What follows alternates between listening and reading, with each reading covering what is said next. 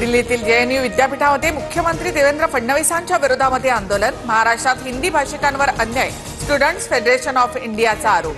फडणवीसांच्या कार्यक्रमस्थळी जोरदार घोषणाबाजी।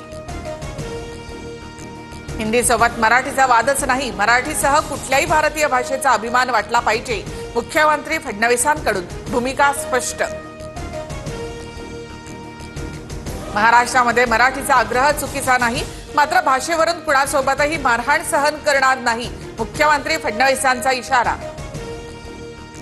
दिल्लीमधील जेएनयू विद्यापीठामध्ये मुख्यमंत्री फडणवीसांच्या हस्ते मराठी अध्यासन केंद्राचं उद्घाटन।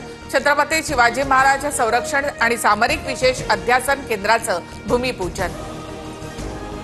पटक पटक के कसं वारेंगे, मराठी महिला खासदारांनी निशिकांत दुबेंना जाब विचारला। संसद भवनाच्या लॉबीमध्ये खासदार वर्षा गायकवाड, शोभा बच्छाव आणि प्रतिभा धानोरकर यांनी दुबेंना घेरलं।